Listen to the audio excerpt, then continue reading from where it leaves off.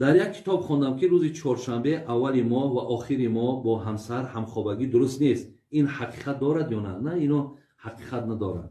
همخوابگی فقط در حالتهایی که زن مبتلا یعنی بیماری حیض یا نفاس باشد، همون حالتها اکو استثناء هست. در این حالتها همخوابه شدن درست نیست. دیگر در غیر این برادرای عزیز، کدام روز باشد، کدام ماه باشد، فقط در رمضان همتون میدونید که مقصد شبهاش تا صبح دمیدن اجازه ده.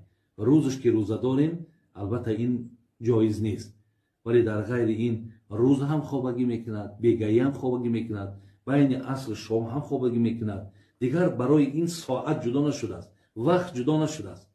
هر زمانی که اگر همون اشتهای مرد یا اشتهای زن که پیدا شد بگذار هم خوابگی کنند، هیچ باکی ندارد. انشالله در همه لحظه